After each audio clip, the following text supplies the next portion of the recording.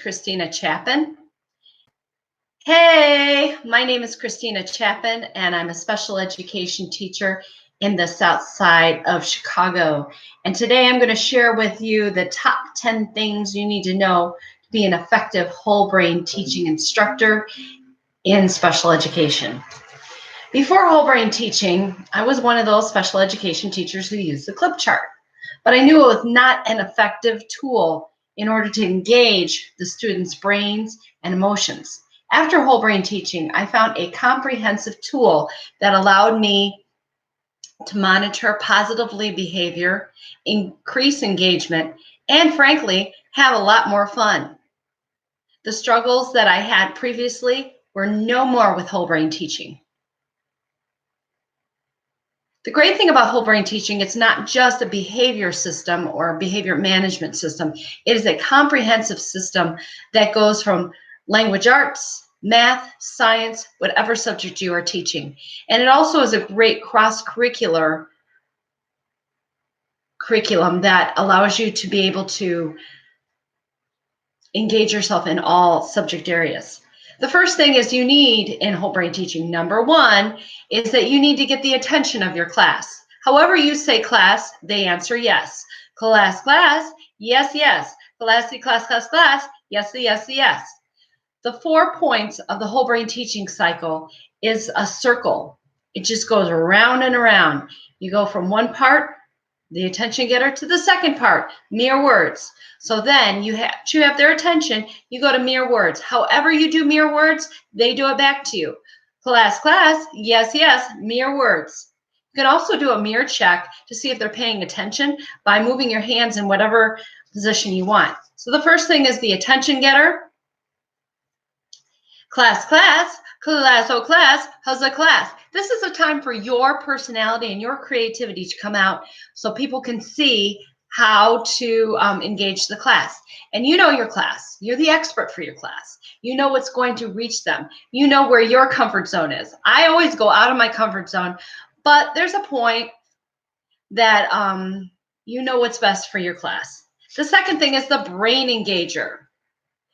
When we do mere words, that is a brain engager. We have big gestures, little gestures, and fast gestures, and slow gestures. Some of the gestures my students enjoy is the robots or the teacher trying to dance. That's always good for a laugh. I allow myself to be laughed at, not in a disrespectful way, but in a way to say, hey, I'm human. I have my limitations, and you can laugh and you can enjoy the learning process with me as well. So you start off with class, class. The kids say yes, yes, mere words. Then you go into number 3. This is the most important part of your procedure that you're going to be weaving in and out of the lesson. Direct instruction. Direct instruction, for example, is rule 1, follow directions quickly. Rule 1, follow directions quickly. Rule 1, follow directions quickly. What's rule 1? Follow directions quickly. Follow directions quickly, follow directions quickly. Then you go back to the beginning statement. Class, class, yes, yes, mere words. Then you have them say it again. Follow directions quickly. Then you get to the collaborative teaching piece. That's number 4. And that's the teach okay. There's 3 different ways you can do teach okay. And you'll probably, as you get more and more comfortable with this position, you will be able to share those different methods with your class. You could go class, teach, okay. You could do 4 times, or you could just do stomp, or, this is a class, or what gets your kids. My kids have their phrases that they like, so I try to integrate that. Now, me personally, I like to also add whatever subject matter we're teaching, because that kind of gets them in the groove.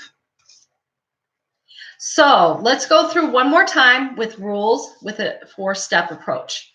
Class, class, yes, yes, mere words, mere words. What is rule 1? What is rule 1? Teacher, neighbor, how excited you are to teach about rule 1. Teach?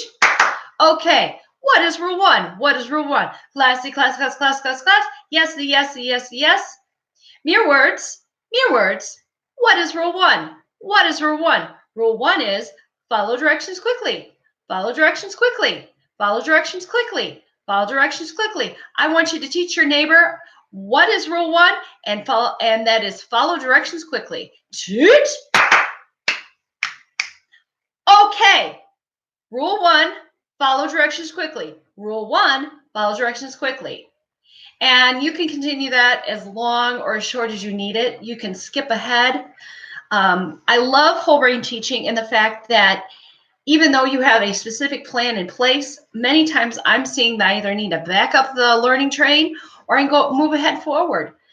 And the awesome thing is kids quickly learn the 4 steps.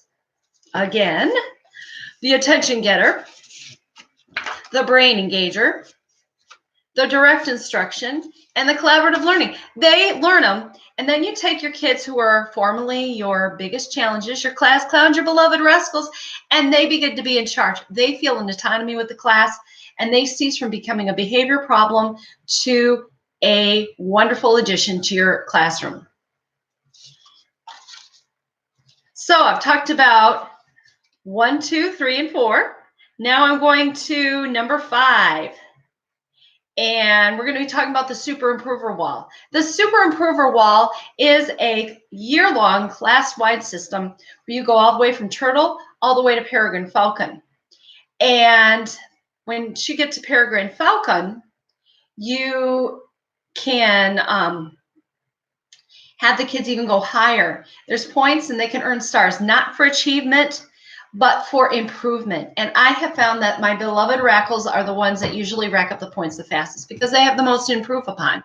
You can go as big or as small. You could even get a little crazy with what you're improving on. Right now, we are experiencing at-home learning, so I am giving stars to kids who are doing things around the house. I know a lot of the kids did nothing. So any chore, anything that they do, anything out of the ordinary, they are getting a star.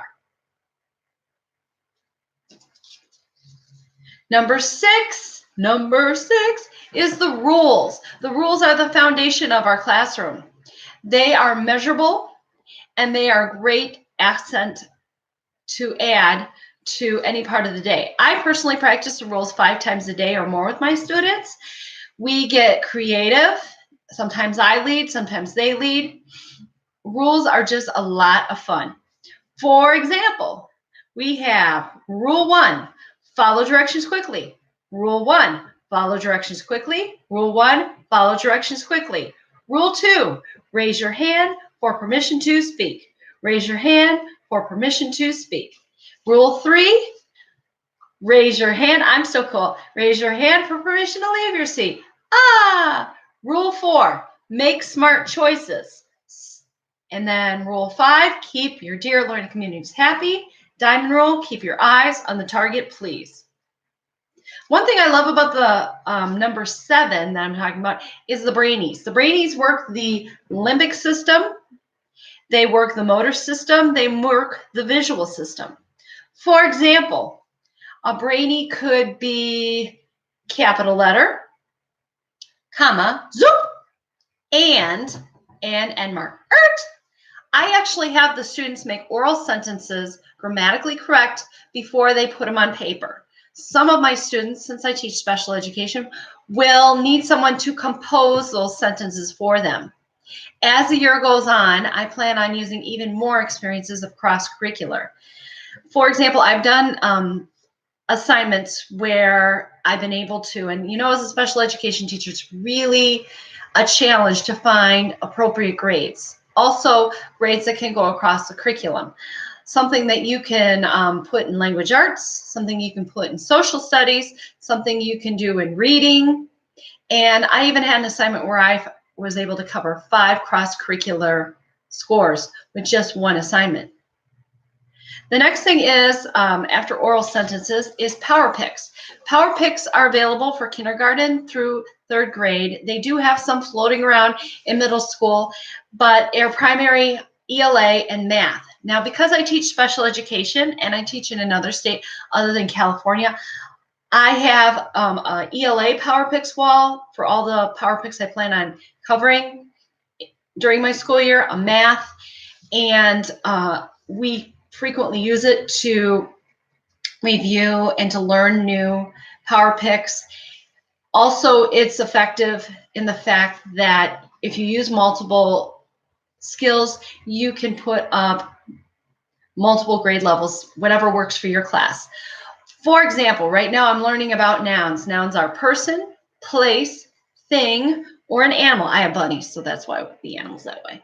So we have person, place, thing, or an animal. And you can do all different kinds of experiences with that. You can read some words and have the kids model dog, Mrs. Chapin, classroom, purple shirt. Then that really leads into even more experiences as we talk about Legos. And Legos are a great way. That is number 8 of things I use in whole brain teaching.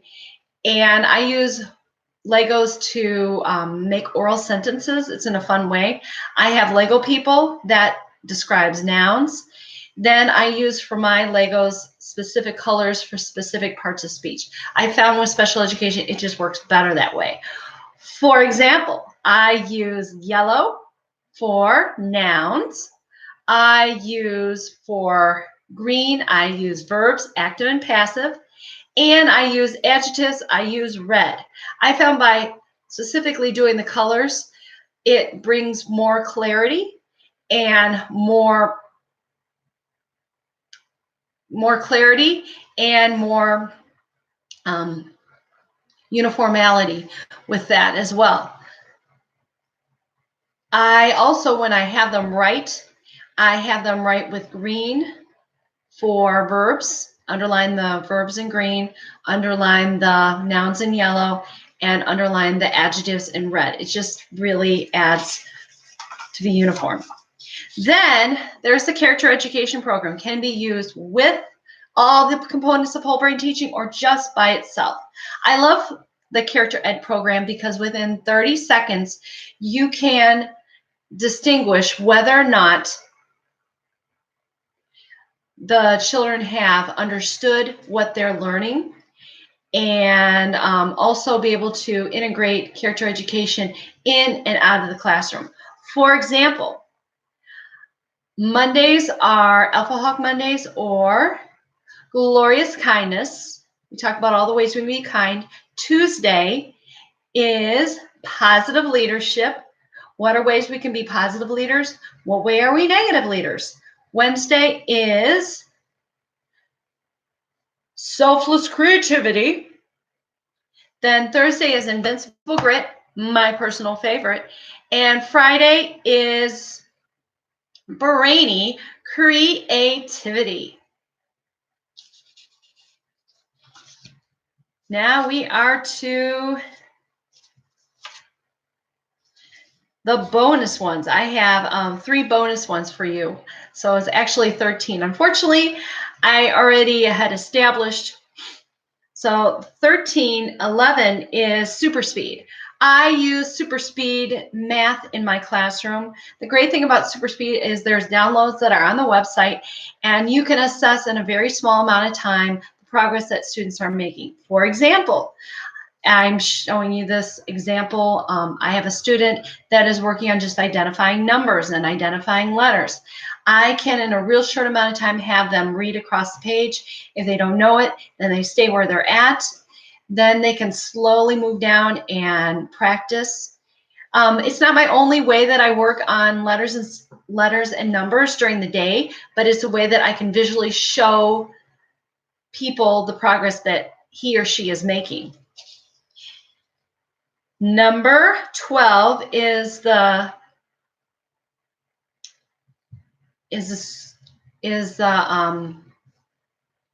scoreboard. The scoreboard is a method of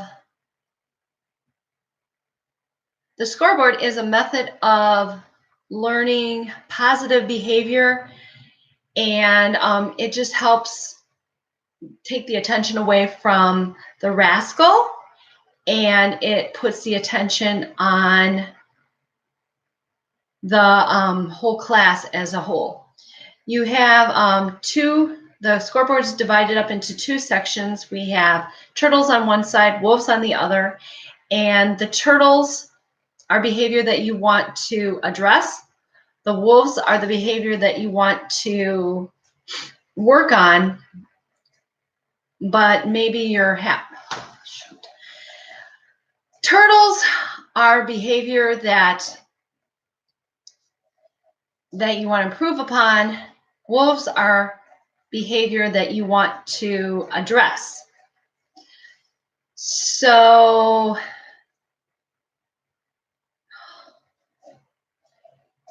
you take the scoreboard and it's divided into 4 different quadrants. It's divided up into the first part of the day, the second part of the day, the third and fourth. The first part of the day, for the first hour, you can only roll 1 if you win the scoreboard. Second part of the day, you have to roll 1 or 2. Third part is 1, 2, or 3. The last part is 1, 2, 3, or 4. And if you roll 6, you have to do a reroll. I try to keep the points when the kids are doing things that I like and then not liking, only about 3 between to keep the scoreboard going. You can use the scoreboard anywhere. You can use it in the classroom. You can use it out of the classroom. You can even use it if you're out of the school. I've used it on field trips, or use it as I'm walking down the hallway with the kids. Instead of harping, you can be helping by marking your scoreboard. If the kids win the scoreboard, that means that they have more points in the wolf side versus the turtle side. They get a dice roll. And the dice roll is determined by the number of the dice on the right side. And the kids, if they get a dice roll, everybody gets a super improver star, even the teachers. The last thing I like to talk about, number 13, is the dice roll. The dice roll is a foam dice or whatever dice you want to use. I have many different sizes. And you have the students roll the dice after they've won the scoreboard, or if it's something you want to work on. Sometimes with the kids, I'll say, I'll give you 2 dice rolls or 1 star. I kind of give them, that gives them a little bit of autonomy. We know that with the dice roll, if they roll a 1, 2, or 3, there is only about a 50% chance that they're going to get a star. If it is something with the whole class and you're going with 1, with 2, with 3, 1, 2, 3, 4, you know that it can be 10% up to 25% that they can actually roll the right number. So that engages learning, that gives them autonomy of choice, and you can use the dice for anything. I've used the dice for improvement of social skills. I've used it for academic skills. Instead of harping and saying, write neater, stay in the lines, say, if you can write neater this time and I see a marketable improvement, you can get a dice roll. I've even had contests where I write very neatly. I see if they can model it. I kind of know in the back of my mind how well they can do. And so I will model how I write, maybe write just a little bit better. And that's a way that you can initiate engagement without having to harp. Whole brain teaching has changed my life. It has been a lifesaver. We are a sharing community. We are here for you. If you have a question, no matter how big or small, one of us on the staff or the certified teachers or executive board member will get back to you. If you go to www.wholebrainteaching.com, that will give you tons of resources. It will give you links to the Facebook page, to the resources on Teacher Pay Teacher, the Twitter feeds, lots of videos where you can see practicing, and just great opportunities because you have grit and you won't quit.